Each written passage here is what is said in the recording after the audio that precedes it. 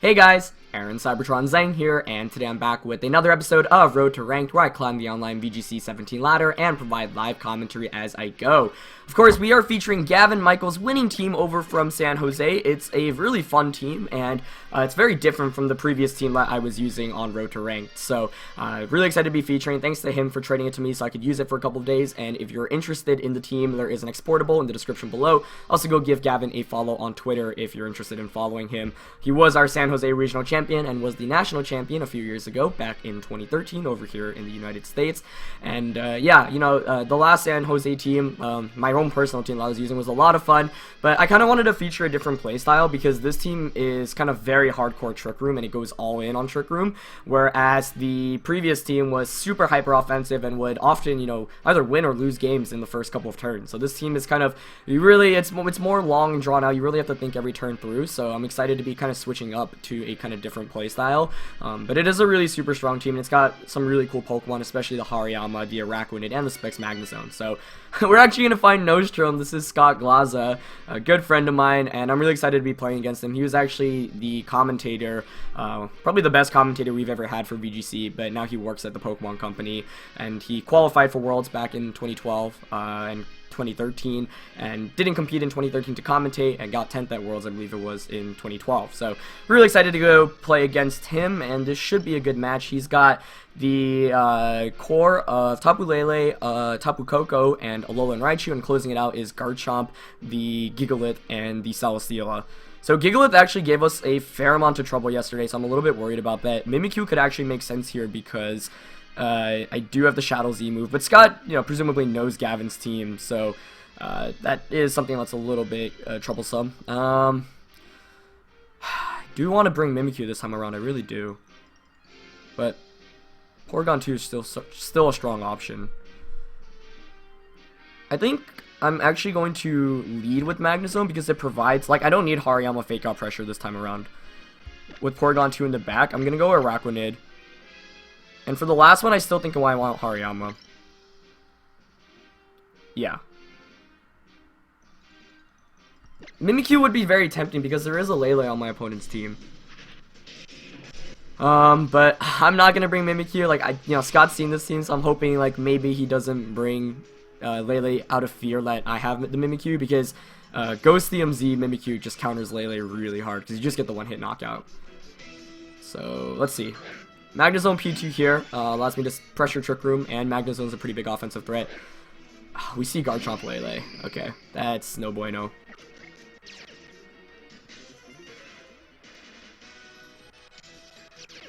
Yeah, this is bad. So I get the download boost. It's attack as well. Mimikyu would have been the call here. Mimikyu Porygon 2 actually would have been the call. Maybe I should have let that just specifically for Tapu Lele as a potential lead. That would have been really good. Let's see. I also, like, I don't know what the items on the Pokemon are, because Ground DMZ Garchomp is not fun. So I could switch into Hariyama and Trick Room here. We could see the double up. You know, maybe I'll just go Flash Cannon, because it's still an offensive threat, and Trick Room. I don't know right now whether, like, Porygon 2 could survive even with the double up onto that slot. We do see a Psychic come out, okay. Oh, jeez, that's Life Orb. That does so much. Whoa. I'm faster with Magnezone than Garchomp? Is Garchomp going for the Roar? That would make sense. Or Dragon Tail. Porygon 2 avoids it. That's so unfortunate. That's a really cool counter to Trick Room. So I decided to stay in with Magnezone because I figured, okay, he either, like, protect Earthquakes or Earthquake Psychics, but actually I guess Earthquake Psychic, Porygon 2 probably could have actually survived the Earthquake, so it would have been fine. So I was willing to take the trade because my priority was getting up Trick Room. Now, Dragon Tail wasn't something I was anticipating, but because I did pick up the knockout there, was, yeah, like, I mean, that turn worked out perfectly, but I got very lucky with the Dragon Tail avoid. Of course, what Dragon Tail does is, because Trick Room is, you know, the lowest priority possible, although we see Gigalith come in here, so that's a very good Pokemon to bring in right now, because that's a huge offensive threat. But What I wanted to say is, yeah, so what Dragon Tail does is it just swaps me out instantly, and that's pretty bad. Now, I am actually really worried about a potential weakness policy, because that's what I went up against yesterday, and that was pretty concerning. One of the things with this team is it just can't take Earthquakes very well. But I think I'll switch into Hariyama here. Maybe not, actually. Maybe I want to stay in. Actually, I would prefer the free switch into Hariyama. So yeah, I'll go for the Flash Cannon onto... I do want to double up on Chomp here. But I'm going to recover instead. It's a safer option. Whoa, Gigalith switches out. I was not anticipating that. Ooh, into Celesteela, so potentially going for the immediate Earthquake play. Which is really cool, because I actually almost Ice Beamed into that slot. And losing Magnezone is actually pretty bad, because it's the best counter to Celesteela. So nice bait there by Scott. Specs Flash Cannon there still does over 50%, which is ridiculous. He is going to get the Earthquake off, but that's okay. Yeah, it's a straight knockout onto Magnezone. Porygon 2 tanks that pretty well. Really would have liked to see how this game would have played out without that. If the Dragon Tail does hit, though, because that definitely caught me off guard. Who do I want to bring in right now? Leaning towards Araquanid a little bit more.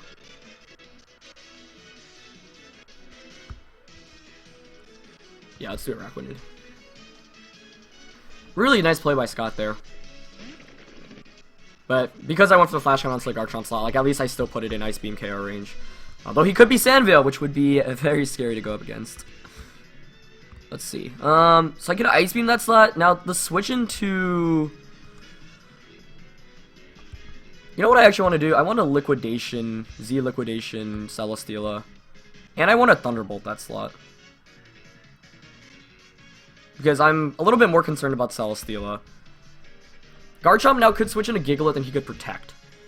But if that's the case, then I could just Liquidation that slot the next turn. So yeah, I'm going to double up into Celesteela.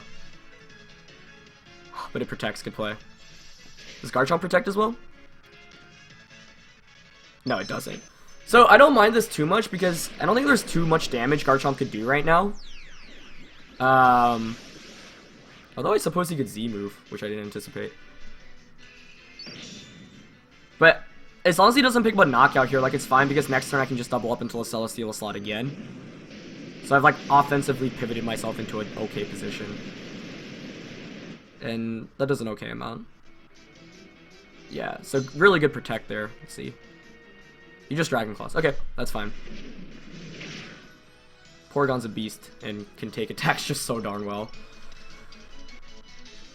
Yeah, I'm just going to recover up with Porygon here. Ice Beam's tempting, but... is this the last turn of Trick Room? No, we've got 2 more turns. Okay. Doubling up into Celesteela still. Actually, you know what? I'm going to double up into Celesteela here. He can't Earthquake safely. That's the thing. I could even take another... And Garchomp switches out. Perfect. Okay, that's what I was hoping for. Unless he's going for the double Protect, which would also be a good play. But he doesn't go for it, so I do get the Liquidation Thunderbolt off.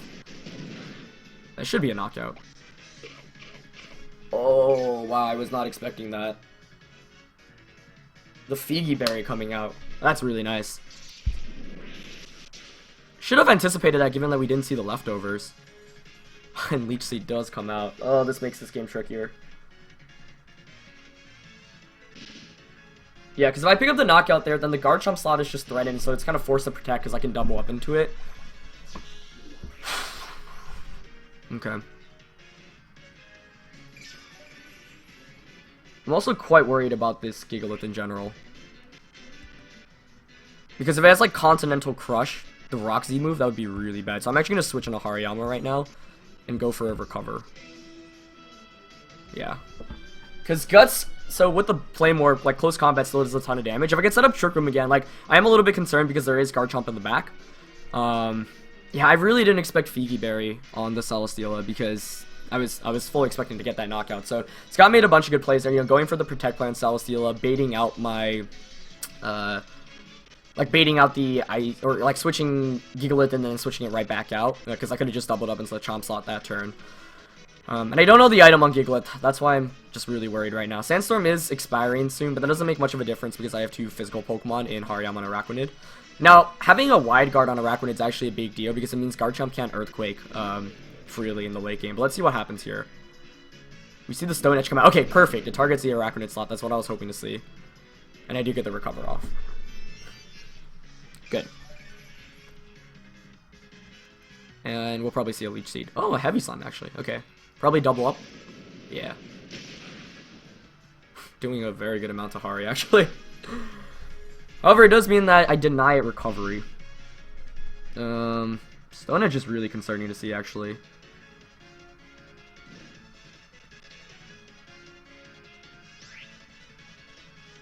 Okay, so now it's kind of a mind game, because Gigalith's super slow. I think I'm actually just going to close combat that slot and Thunderbolt. Yeah. I don't want to set up Trick Room right now. Oh, it actually switches out. I'm okay with that, because that's a knockout. Onto the Garchomp. Unless Heavy Slam knocks me out here. Oh, that would be really bad if it does. I don't think it does based off the earlier roll we saw. Okay, good. So Thunderbolt comes out. Oh, so close. That's fine, though. And that's a knockout onto Chomp. Okay. So we trade knockouts here.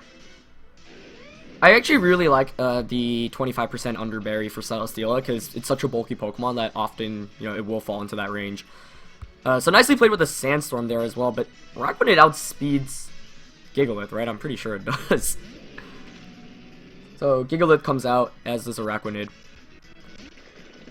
And, let's see.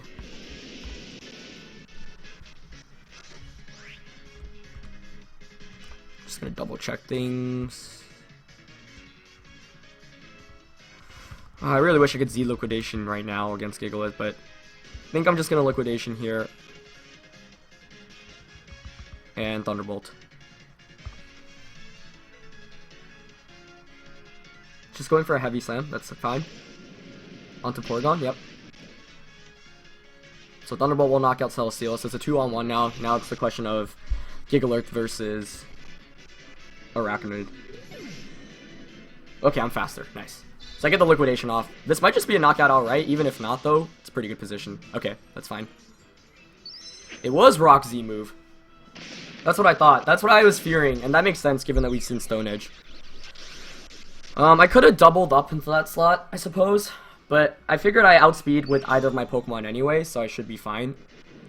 But Continental Crush probably going into Araquanid. No, Porygon 2, actually. So maybe hoping that I would make a misplay and protect there with my Araquanid. That does knock out Porygon 2, but Araquanid obviously just beats Gigalith. Yeah. Really well played by Scott, though. I got a little bit lucky on the first turn with the Avoid. Whew. Good game to Scott. Yeah, I think overall he made better plays than I did. But the team matchup was a little bit more in my favor, so I just needed to make, go even, or, even if he outpredicted me, I could still stay afloat due to the nature of the team. But it is really tricky, because I think I could have played that. There were definitely a couple of turns that I could have played better, and I think Scott played that really well, despite getting a little bit unlucky that first turn. I think what happens is, if the first turn doesn't work out, if he does get the Dragon Tail off, then you kind of have to switch in Celesteela. And I have locked myself into Flash Cannon, so most likely... Actually, I don't think you can choose who Dragon Tail switches in, right? So that is also a little bit tricky. But if Hariyama switches in, I can just kind of fake out and switch back out into my Tapu Lele. But that could have played out in so many different ways.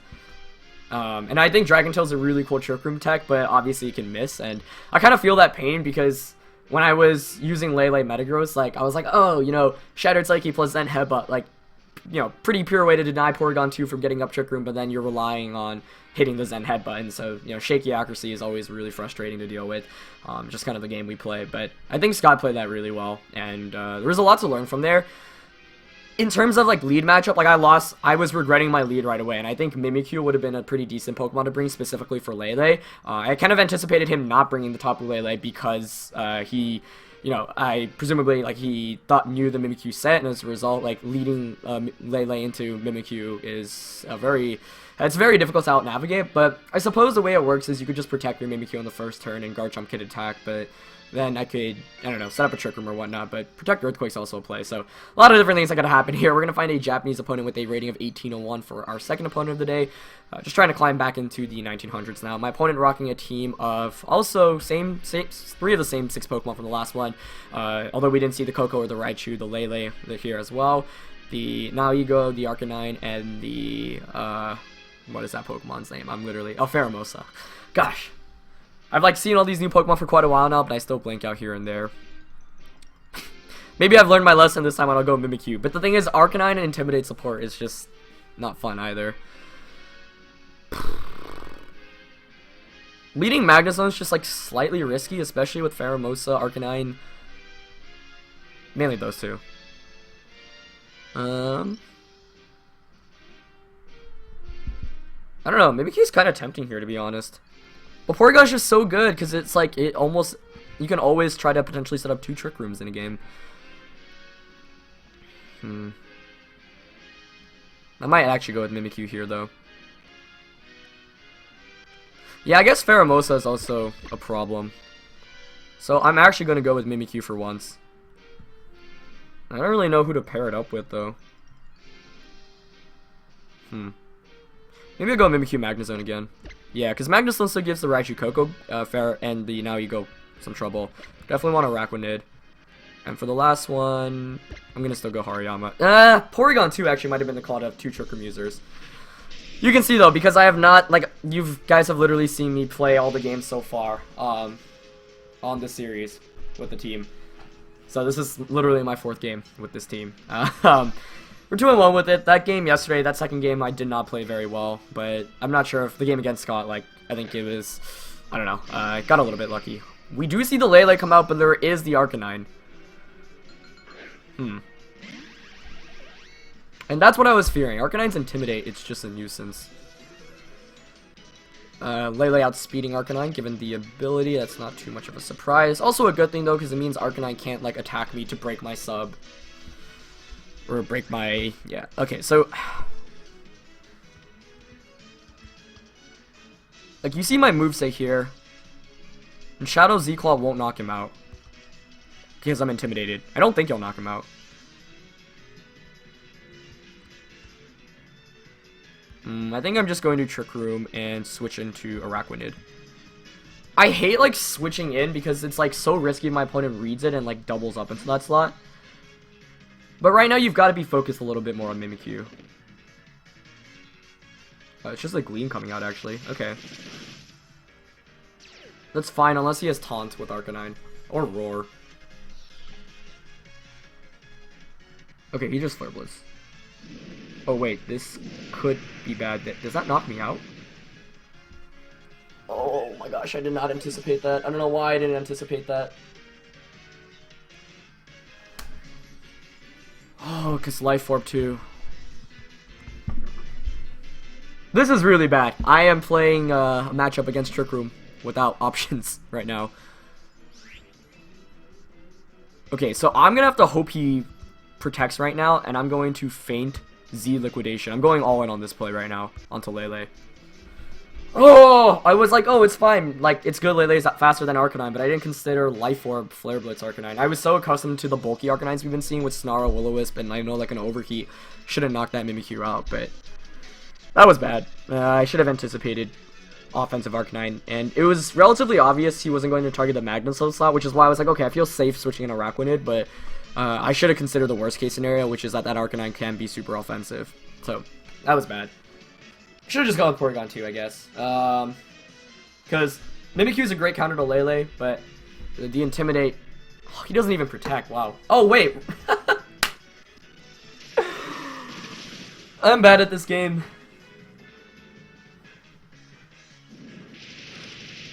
Yep. Totally forgot I can't even priority. I mean, yeah, I don't... like, bringing Hariyama against Lele, not very bueno. I was like, oh, my opponent's gonna double protect to cancel out the fake out, but obviously that's not. I mean, I will get the knockout onto Lele, which is nice, but I've taken so much damage here with Araquanid.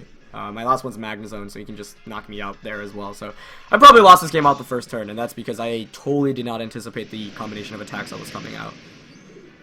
Not that it was like super surprising, but so many Arcanines are just very bulky nowadays, so I was just fully anticipating that. I mean, I do get the knockout here with Z Liquidation, but once again, I'm playing a Trick Room, hard Trick Room team without Trick Room, so Porygon 2 over Hariyama definitely would have been the call. And that's a good lesson to learn from this one, honestly. Now Ego coming out. I don't think I can win this one. The now Ego's probably Sash as well. I mean, you just Flare Blitz here, Power Gem. I'd have to hope he's like... who would I want to knock out, actually? Yeah, I'd have to still hope to knock out now Ego somehow. But I lose this game for sure. I got bodied. Life Orb. All these offensive Arcanines, man. Yeah, Power Gem, but we're going to see a Flare Blitz just into Magnezone. That's a guaranteed knockout. And that's why you shouldn't get like too accustomed to the typical set that you see for a Pokemon, because I saw Arcanine, I was like, oh, it's going to be bulky Arcanine, it's going to be the Snarl variant, but we've actually run into like more offensive variants, I swear, like the Choice Band variant yesterday. So if I could replay this game, I would definitely lead Mimikyu and Porygon 2, because what that allows me to do is I can still go for the Shadow Z move onto the Tapu Lele. I think that's what I need to do. If I see Tapu Lele, go Mimikyu and Porygon 2 with a Araquanid Magnezone in the back. Obviously, fainting into the Tapu Lele slot was bad. I was just so flustered at that point, I wasn't even thinking. Suppose I could have close combated, but I don't think I had enough tools to win this game, honestly, because I lost that basically from the first turn. But like I said, I'm learning with the team as I go, and there were definitely a lot of good lessons to learn from this one. I'm still not quite comfortable with my exact lead matchups, and Hari P2 feels like the safest, but against Lele, you really have to think twice. So I think, for the most part now, if I ever see a Tapu Lele, I am just going to go with Porygon 2 and Mimikyu, just because Mimikyu puts out really good damage output for the most part, and you can't focus on Mimikyu and Porygon 2 at the same time, and Porygon 2 can just heal back everything, so yeah. I think, because I really need to be able to set up Trick Room, and losing Mimikyu on the first turn, that was just something I had not anticipated at all. Totally caught me off guard. And if I do get up that Trick Room, like, I feel pretty good about my chances, because then Araquanid comes in, and Araquanid, you know, can just Z Liquidation the Lele, whereas Mimikyu, yeah, it's, you know, and Mimikyu's still faster, or no, it's actually going to be the fastest Pokemon on the field, so I'd probably switch Mimikyu out into Hariyama at that point, but yeah, lesson learned. I'm really going to have to think about my matchups a little bit better there, and should have anticipated offensive Arcanine. Just totally slipped my mind. And that's the scary thing about best of one. Some things and sometimes like just sets can catch you off guard and you don't expect something. And that was a really good turn 1 play by my opponent. Like, I also could have just stayed in an attack with Magnezone, but with this team, the priority is setting up Trick Room every game. So bringing Porygon 2 over Hariyama definitely would have been the call, especially because I can't even use my priority moves when Psychic Terrain is up, and that's not something I had really thought too much of. So it's kind of funny because when I was using Lele and Metagross, I was like, oh, if my opponent ever brings in Hariyama, they're just going to get wrecked, and that was the case here. I brought Hariyama and kind of got wrecked. So fun episode for you guys. That first game was really close. The second one really pretty big butt whooping, but like I said, I am getting acclimated to the team as we go along, so I feel a little bit like I understand how to play it a little bit better after this one, and to me, losses are more important than wins, especially when you're trying to understand and learn a team. So lots of important lessons to take away from this one. Hope you guys enjoyed this episode. As always, leave a like if you did, and I will see you guys next time. Alright, peace.